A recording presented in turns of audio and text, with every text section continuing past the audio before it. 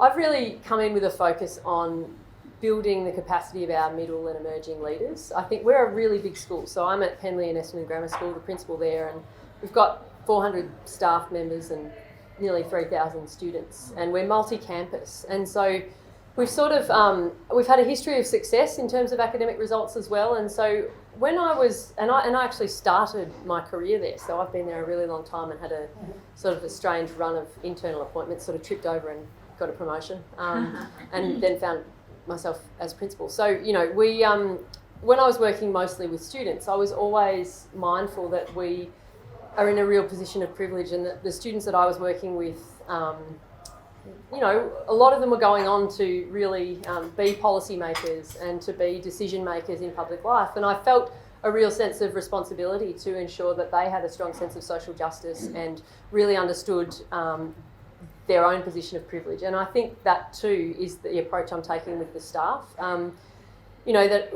the project is really designed to build the capacity of those middle and emerging leaders. But then the idea would be that we share that program with others beyond our school. It's a long process, and I think we came into this thinking, oh, you've got a couple of years, and we're doing that. We've made great ground already. But where I see it heading from here is that work would continue with neighbouring schools. It's part of, again, our responsibility as a school with great privilege to be able to bring others on board and share our resources and learn from each other and share our experiences. So that's what I'm kind of hoping to see come out of the project, and to just, take the work that we're doing within the school and stretch people. At the same time, you know, I think really energising the people that we're working with as well. Like we were talking a lot about rowing before, and I was my first big leadership role was actually as captain of a big rowing club, and